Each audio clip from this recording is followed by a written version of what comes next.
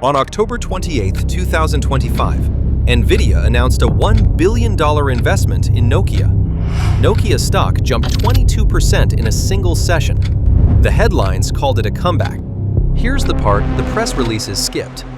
A few months before Nvidia wrote that check, Nokia's mobile networks unit, the entire reason Nokia still exists as a company, was reporting an operating loss of 152 million euros.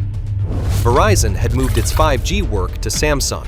AT&T had handed a roughly $14 billion deal to Ericsson and announced plans to phase Nokia equipment out. All of this happened after the US and UK banned Huawei from Western telecom infrastructure, the regulatory event that was supposed to clear the field for exactly one company, Nokia. So when Nvidia shows up with $1 billion, the question isn't whether Nokia got rescued. The question is what it needed rescuing from. Nokia escaped the smartphone graveyard, so why did it almost get buried in the telecom one?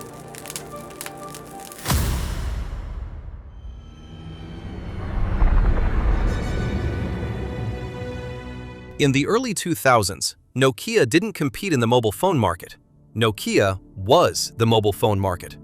At its peak, the company controlled around 40% of global mobile sales, more than its three closest rivals combined. Nokia wasn't just a successful company, it was a national economic instrument. At its peak, Nokia accounted for roughly 4% of Finland's entire GDP and dominated the Helsinki Stock Exchange. The business behind the dominance was real. Nokia had the best supply chain in the industry, the broadest distribution, the strongest brand outside the United States, and a hardware engineering culture that could turn out a new phone roughly every few weeks.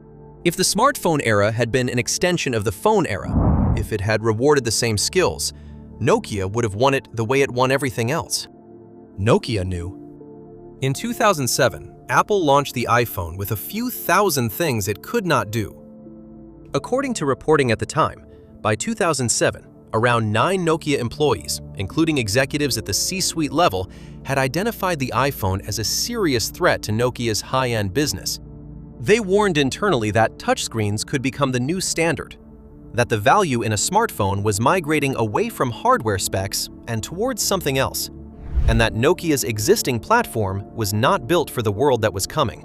Which leaves a more uncomfortable question. If Nokia's engineers were right, and Nokia's executives were told they were right, and Nokia still walked into the collapse, what exactly went wrong inside that building?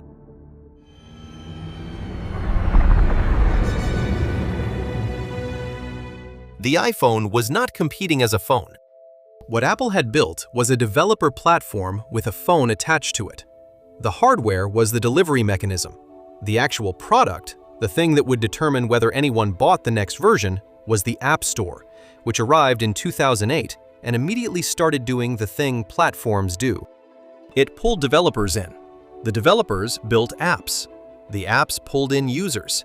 The users pulled in more developers. The Nokia N97 launched in 2009, a flagship device with a physical keyboard, a touchscreen, and around 1,000 third-party applications available for it. By the time the N97 was shipping, Apple's App Store had crossed 50,000 apps and was adding more every week. Android, which had launched the year before, was about to do the same thing on a much larger scale, because Google had made the correct read that the platform war would be decided by volume and openness, not by margin. Nokia's response was to keep iterating on Symbian, the operating system that had served the company well in the feature phone era and was structurally incapable of being the platform that smartphone developers wanted to build on. Symbian was an engineer's operating system. iOS was a developer's operating system. Those are not the same thing, and the difference compounds quarterly. By 2010, Nokia's smartphone market share was visibly eroding. The hardware was still good. The brand was still strong. The distribution was still global. None of it mattered, because the question being asked in the market had changed. The question was no longer which phone has the best specs. The question was, which phone runs the apps my friends are using? And on that question, Nokia did not have an answer. This is the first mistake in clean form. Nokia treated a platform problem as a hardware problem. The fix for a hardware problem is better hardware. The fix for a platform problem is a platform. And you cannot build one of those by shipping a slightly better phone. You build one by getting developers to choose you early, before the loop starts spinning somewhere else. By the time Nokia accepted that the platform race was the actual race, the platforms had already been chosen. iOS had the high end. Android had the volume. There was no third slot available, which is exactly when Nokia decided to go looking for one.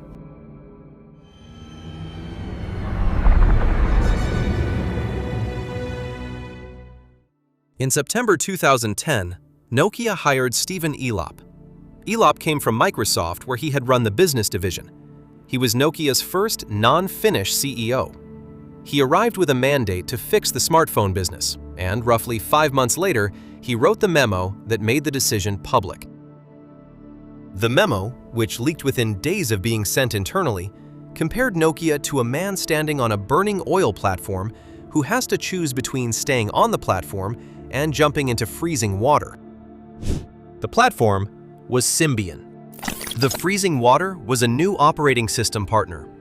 A few weeks after the memo leaked, Nokia announced that the new partner was Microsoft, and the new operating system was Windows Phone. Here is the decision in its cleanest form. Nokia had 3 options. It could keep building Symbian, which the company itself had publicly declared dead.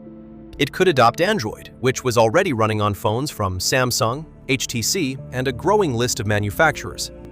Or it could partner with Microsoft on Windows Phone, which had almost no market share but was not yet taken. Nokia chose Windows Phone. The reason, stated publicly at the time and consistent with internal documents that surfaced later, was differentiation. Nokia did not want to become just another Android manufacturer, competing with Samsung on price and margin in a commodity hardware race that Samsung was structurally better positioned to win. This is the decision the autopsy has to actually examine, because the logic was not stupid. The fear of Android commoditization was real. Samsung was already pulling ahead on manufacturing scale, and the long-run margin trajectory for Android OEMs was not encouraging. If you were sitting in Nokia's boardroom in 2011, choosing Android meant accepting that you were no longer a category-defining company. You were a hardware vendor in someone else's ecosystem. The problem is that the alternative Nokia chose was worse along the only dimension that mattered. Windows Phone, in 2011, had no developer ecosystem. iOS had hundreds of thousands of apps. Android had a comparable and rapidly growing library. Windows Phone had a few thousand, and the developers who might have built more were watching the same network effect math everyone else was watching. A platform with no users does not attract developers. A platform with no developers does not attract users. The loop runs in both directions, and Windows Phone was running in the wrong one. Nokia's leadership solved one problem, avoiding Samsung's margin pressure, by creating a worse one, choosing a platform that customers had no reason to choose. That is the mechanism. Differentiation in a network effect market only works if customers want the thing you are differentiated on. Nokia differentiated on the operating system. Customers did not want a different operating system. Customers wanted the apps their friends were using. The numbers tell the rest. Nokia sold around 36 million Lumia phones over roughly 2 years. Apple sold around 150 million iPhones in 2013 alone. By 2013, Nokia's smartphone business was no longer recoverable as a standalone entity, and in September of that year, Nokia sold the entire phone division to Microsoft for around $7.2 billion. Microsoft later wrote down the acquisition for more than the purchase price and exited the business. Nokia walked away from the phone era with a check, a corporate logo, and a network infrastructure business it had previously treated as the less interesting half of the company. That infrastructure business was about to become the entire company. Which is where the second autopsy begins. After selling its phone division to Microsoft in 2013, Nokia did something most collapsing brands do not get to do. it still had a real business underneath the dead one. The Network Infrastructure Division, the part of Nokia that built the equipment carriers used to run their mobile networks, had been profitable, technical, and quietly important the entire time the phone business was burning.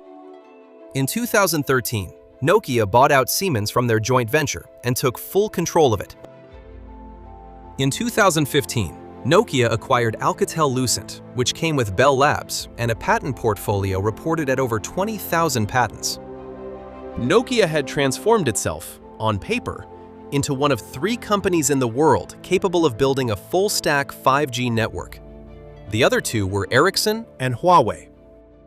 Then geopolitics did Nokia a favor. Starting in 2019 and accelerating through 2020, the United States and the United Kingdom moved to ban Huawei from Western telecom infrastructure on national security grounds. For Nokia, this was the closest thing to a regulatory gift a public company can receive. One of the 3 companies capable of competing for Western 5G contracts was being removed from the bidding by government order. Nokia spent the next 2 years collecting the contracts that were supposed to define its next decade. BT in the UK as the largest 5G infrastructure partner, an expanded T-Mobile US relationship, and a 5-year C-band deal with AT&T. Wall Street called it the Nokia comeback. This is where the second autopsy starts. Because the Western alternative narrative had a structural problem inside it, and that problem showed up faster than anyone expected. Huawei being removed from the field did not make Nokia better, it just made Nokia available. The 2 remaining competitors, Samsung and Ericsson, were still in the field, and they were not standing still. Samsung had been investing heavily in 5G equipment for years, partly because it was already a major telecom supplier in Asia, and partly because it had the manufacturing depth to compete on price in ways Nokia could not match. Ericsson had been Nokia's direct competitor for decades and had spent the same period sharpening its own 5G product line. When the dust settled, Verizon moved a significant portion of its 5G build to Samsung in a deal reported at around $6.6 billion. AT&T awarded a roughly $14 billion Open RAN contract to Ericsson and announced plans to phase Nokia equipment out of its network. These were not small contracts being trimmed at the edges. These were anchor accounts in the largest telecom market on Earth, and Nokia lost them to companies that were not the banned one. By the first quarter of 2025, Nokia's mobile networks unit was reporting an operating loss of 152 million euros. Some of that was a 120 million euro one-time settlement charge on a legacy project. The rest was the math of a Western alternative narrative that had not failed exactly. It had just turned out to be a story about a temporary opening, not a permanent position. 6 months later, Nvidia called. On October 28, 2025, Nvidia announced a $1 billion investment in Nokia to co-develop AI-RAN, the technology we mentioned at the beginning. Cell towers that handle AI computation locally instead of routing every request back to a centralized data center. Nokia would build the radio infrastructure. Nvidia would provide the chips and the software stack. T-Mobile signed on as the first commercial trial partner, with deployments expected to begin in 2026. Nokia stock jumped roughly 22% on the announcement. Analysts revived the comeback language. The story being told publicly was that Nokia had cracked the next layer of telecom, that AI workloads at the network edge were the next $200 billion market, and Nokia was now positioned to own it. Here is the part of the story that is harder to put in a press release. Nokia is now in a partnership where the strategic direction is being set by the other partner. Nvidia is the company with the AI chip monopoly. Nvidia is the company carriers want access to. Nokia, in this structure, is the infrastructure layer that lets Nvidia reach into the telecom market. That is a strong position when Nvidia keeps winning. It is a structurally dependent position if Nvidia ever shifts direction, or if Ericsson and Samsung build their own compatible AI-RAN architecture, which they have every incentive to do. Which brings the story back to where it started. Nokia escaped the smartphone graveyard by pivoting to telecom infrastructure. It nearly got buried in the telecom graveyard when the Huawei tailwind ran out. And now it is bet the next decade on a partnership with a company whose own strategy will determine whether Nokia wins or just keeps not losing. That is not a comeback. That is a third bet on someone else's tailwind. Which is the pattern worth talking about?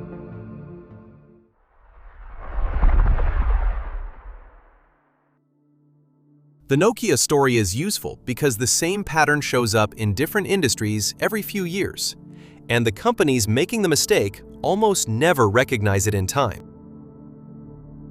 The first mistake is the spec sheet defense. Nokia believed the best phone wins, so when the iPhone arrived with a worse camera, worse battery, and no copy-paste, Nokia did what the belief told it to do. It shipped better phones. None of it mattered, because the market had stopped asking the question Nokia knew how to answer. The question was no longer which phone had the best specs. The question was which phone ran the apps. The lesson? In network effect markets, being second in a platform is often as bad as being last. The second mistake is the boardroom hedge. By 2011, Nokia knew the platform race was the real race. It chose Windows Phone over Android, not because Windows Phone was better, but because Nokia did not want to become a commodity Android manufacturer competing with Samsung on margin. The fear was rational. The response was not.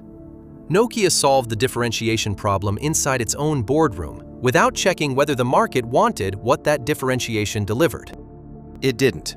The lesson? Avoiding one bad outcome by choosing a worse one is not a strategy. It is a preference dressed in slides.